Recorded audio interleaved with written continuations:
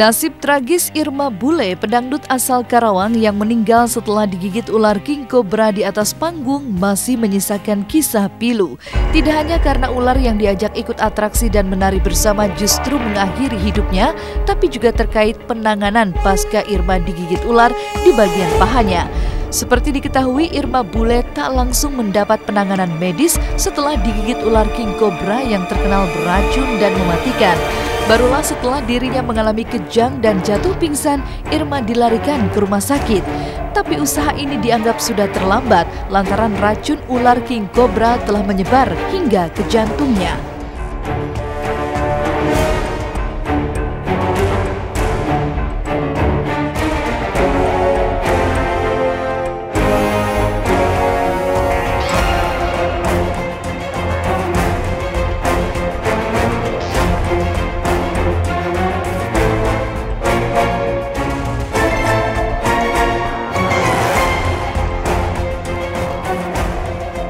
Karena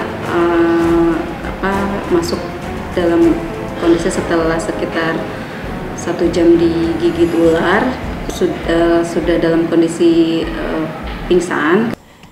Gigitan itu tidak bisa dianggap remeh, karena gigitan itu sebetulnya kan mematikan. Mematikan itu karena racunnya terbawa oleh aliran darah menuju ke jantung.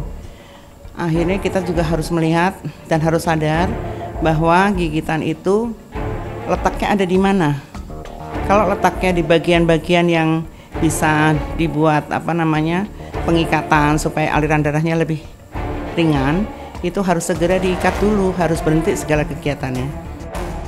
Kejadian Irma Bule yang tewas setelah digigit ular king cobra tidak hanya menyisakan kisah tragis, tapi juga miris. Demi menyambung hidup dari panggung hajatan kampung ke kampung, Irma mendapat bayaran tak seberapa. Rata-rata untuk sekali manggung termasuk atraksi berbahaya bersama ular, Irma Bule hanya diganjar bayaran Rp500.000. Dan demi uang yang tak seberapa, ia harus kehilangan nyawa.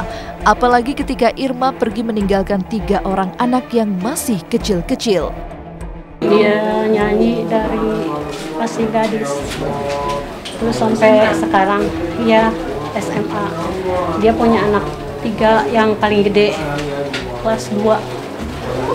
Tapi terus terang saya merasa kehilangan karena saya baru seminggu, nggak ketemu tuh seminggu. Emang jarang ketemu karena sama-sama sibuk semua. Ini anaknya yang paling gede. Ini siapa Bu namanya? Gitu. Kalau kita sih ngeri lihatnya. Kalau kita ngeri, sering ngomong gitu, maksudnya takut takut gitu. Sama enggak udah biasa gitu. Kalau kita sih yang ngeri ngelihatnya.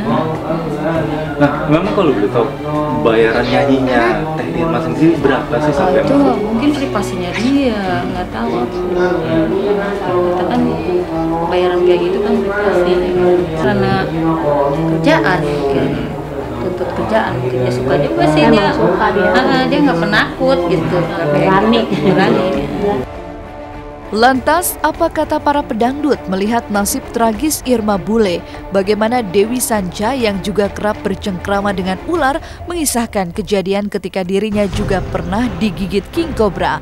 Dan benarkah pihak keluarga meminta pertanggungjawaban pihak pemilik ular king cobra atas kejadian ini?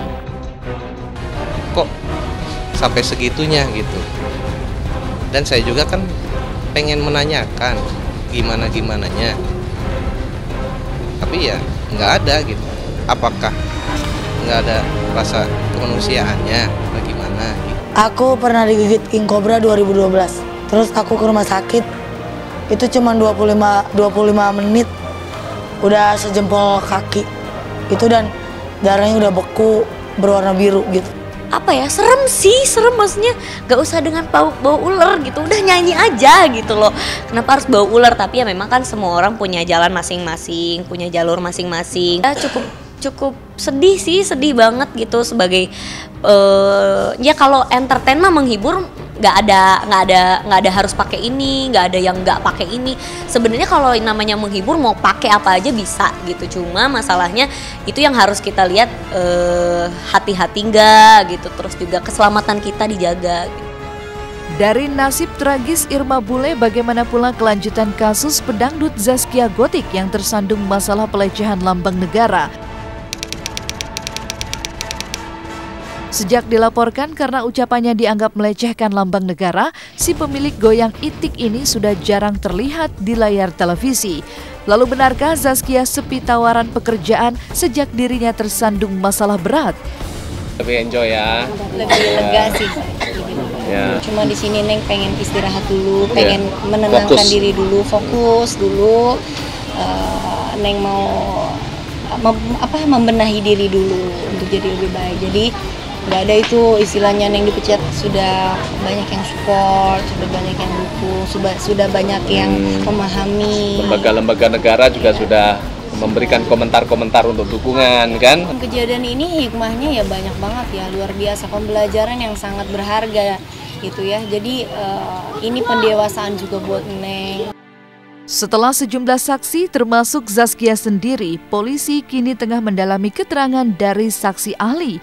Lantas mungkinkah jika Zaskia akan ditetapkan sebagai tersangka? Ini memang berpendapat seperti itu. Memang itu undang-undang penyiaran. Dan undang-undang penyiaran itu pertanggungjawaban di pasal 54 sudah jelas kan. Pimpinan badan hukum itu bertanggung jawab terhadap program-program acara dan menunjuk tanggung jawab acara. Itu kasus ZG saat ini kita lagi melaksanakan proses penyidikan. Ya, semua keterangan saksi sudah kita ambil, itu ya yang diperlukan, termasuk ZG sendiri masih sebagai saksi. Saat ini penyidik sedang memeriksa saksi ahli. Ya, sama saja nih prinsip kita akan memutuskan siapa tersangkanya. Kalau dicabut pun kita proses penyidikannya lanjut.